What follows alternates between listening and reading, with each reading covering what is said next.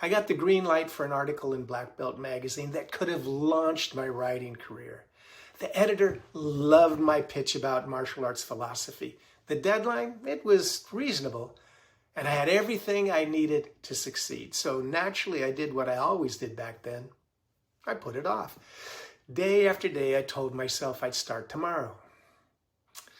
I had brilliant excuses. I needed more research. The timing wasn't just quite right yet. I work better under pressure anyway. But here's what I discovered. I wasn't lazy. My brain was protecting me from emotional pain, the fear of not being good enough, of being judged, of failing publicly.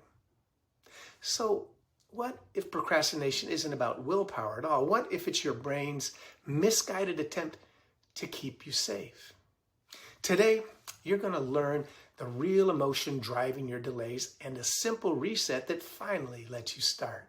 I'm Will D., college professor and longtime martial artist, and today we're talking about why procrastination isn't laziness, it's emotional protection gone wrong. At Black Belt Breakthroughs, my philosophy is all about creating a space where you can grow and evolve with intention. I call it conscious evolution, and it's powered by what I call mindful mind hacking technology. And procrastination, it's the perfect place to apply this approach. Procrastination is perfect for this lens. When you understand it through conscious evolution, it stops being a moral failure and becomes a trainable brain pattern. You're not broken. Your brain is just trying to solve the wrong problem. So let's destroy the biggest lie about procrastination right now. Most people think procrastination means you're lazy, undisciplined, or fundamentally broken as a human being. And that's complete garbage. Here's what's actually happening. Your brain is an incredibly sophisticated prediction machine. When you think about starting that important task, your brain runs a quick simulation of what could happen. And if it predicts emotional pain, things like embarrassment, failure, judgment, or disappointment, it hits the emergency brakes. Think of it like a smoke alarm that goes off every time you try to fry eggs.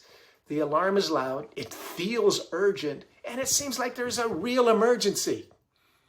But all this time, it's just overreacting to normal cooking. Your procrastination works the same way. It's a highly sensitive, overprotective system trying to keep you safe from emotional threats that probably aren't even real and will never happen. Now, there are three core emotional drivers that trigger this protective response, and I want you to see if you recognize yourself in any of these three. The first is fear of failure and judgment. Your brain's logic here is brilliant in its simplicity. If I don't start, I can't fail. If I don't try, no one can judge my work. It's like staying home to avoid getting in a car accident. Yeah, you're safe, but you're also not going to get anywhere anytime soon. The second driver is overwhelm. This happens when a task feels too big, too vague, or just too complex. Your brain looks at write the report or get in shape and sees a massive shapeless mountain with no clear path to the top. So it does what any sensible survival system would do and says, this looks dangerous. Let's go scroll social media instead for a while. The third driver is shame from old wounds. Past failures, criticism, or rejection, they get linked to similar current tasks. Maybe you got torn apart at a college presentation, and now every time you need to prepare slides, that old pain, those feelings surface. Your brain remembers this type of situation and how it hurts, so it tries to protect you by keeping you away from it. Here's something you can do at this very moment. Think of one thing you're avoiding right now. Just one. Got it? Now ask yourself, which emotion shows up first when you think about starting? Is it the fear of messing up? Feeling overwhelmed by the size of it? Or does it remind you of something that went wrong in your past before? And here's the kicker. The more you call yourself lazy for procrastinating, the worse it gets. Shame is like rocket fuel for procrastination. You're not just dealing with the original fear or overwhelm anymore. You've now added self-hatred on top of it. Your brain looks at all this emotional cocktail and says, definitely not safe to start now. The beautiful thing is, once you understand that procrastination is not simply laziness, but emotional protection, everything changes. You can work with your brain instead of fighting against it. So let me give you a 4-step emotional reset. Think of it as mindful mind hacking technology for procrastination. Step 1 is to name the real emotion, not the insult. Instead of saying, I'm lazy or I'm undisciplined, get specific about what you're actually feeling. Say, I'm scared they'll judge my work, or I'm overwhelmed because I don't know where to start, or I'm ashamed because the last time I tried this, it really didn't go well at all. This isn't just feel-good psychology. When you call yourself lazy, you're giving your brain a dead-end label with no solution. But when you name the actual emotion, you're giving yourself something you can work with. Fear has solutions. Overwhelm has solutions. Shame has solutions. Laziness? Well, not so much. Step 2 is a 60-second nervous system reset. Your brain is in protection mode, which means your fight, flight, or freeze response is activated. You need to signal safety before you can think clearly or take any action at all. Here's what you need to do. Take 4 slow, deep breaths in through your nose with a long exhale out through your mouth. Make that exhale longer than the inhale by about 50%. So if you breathe in for 4 counts, breathe out for 6. This extended exhale activates your parasympathetic nervous system and signals your brain to shift out of that threat mode that it's in. While breathing, adjust your posture. Stand tall or sit up straight. Your breath and posture are in direct line and communication to your nervous system. You're essentially telling your brain, we're safe, it's okay to move forward. Step 3 is to make the task emotionally safe by taking the smallest possible step. Turn finish the project into open the document and write 1 messy sentence. Turn the get in shape into put on workout clothes. Turn clean the house into put 5 things away.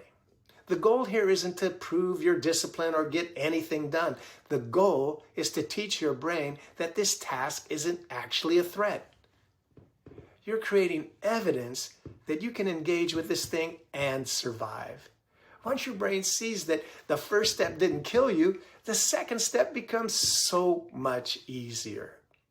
Step 4 is to create an emotional check-in ritual. Before you dive into any important work, ask yourself 2 questions. What am I feeling about this task right now? And what would make this feel 10% safer to start? Maybe making it safer means breaking it into smaller pieces. Maybe it means reminding yourself that this is a rough draft, not the final version. Maybe it means setting a timer for just 15 minutes so you know there's an escape route should you need it. This is your conscious evolution moment. You're catching the pattern before it runs you. Instead of unconsciously avoiding the task because it feels threatening, you're consciously acknowledging the threat and then making it manageable. The beautiful thing about this protocol is that it works with your brain's protective instincts instead of fighting against them. You're not trying to force yourself to be brave. You're making the situation genuinely safer so your brain doesn't need to protect you in the first place. Let me show you exactly how this works. Let's say there's an important email sitting in your inbox. Maybe it's about a job opportunity, a business partnership, or a project that could really move your career forward. But you keep avoiding it because you're scared they'll judge your response or think you're not qualified. Here's how you use the emotional reset. First, identify the real emotion. I'm not lazy. I'm scared they'll think I'm not good enough for this opportunity. Already you've shifted from shame to something workable. Next, You do the 60-second reset. 4 slow breaths, long exhales, straightening your posture. You're telling your nervous system that this isn't actually dangerous. Then you make it emotionally safe. Instead of write the perfect response, you tell yourself, I'll open the email and write 3 bullet points of what I want to say. That's it. You're not committing to sending anything. You're just gathering your thoughts. Finally, you check in. What am I feeling right now? Maybe you notice it's not as scary as your brain predicted. What would make this 10% safer? Maybe you decide to write the email but save it as a draft that you can review tomorrow. You could turn this into a simple daily system. Before you start your most important task each day, do a 1-minute emotional check-in. Name what you're feeling, do the breathing reset, identify your smallest safe step, and ask what would make it feel safer. If you're tired of collecting random tips and are still procrastinating, I turn these tools into a simple daily plan in my free course, Silence Your Inner Critic. It'll walk you through everything step by step. Check the description and the pinned comment for the link. Procrastination isn't laziness. It's emotional pain your brain tries to avoid, and you can retrain it. Pick one avoided task today. Name the emotion, run the reset, take the smallest safe step, and hit subscribe for more brain-boosting hacks that take minutes but change everything. Until the next time, this is Will Deek wishing you only success. And remember, you can use mindful mind hacking to turn procrastination into conscious evolution, one small step at a time.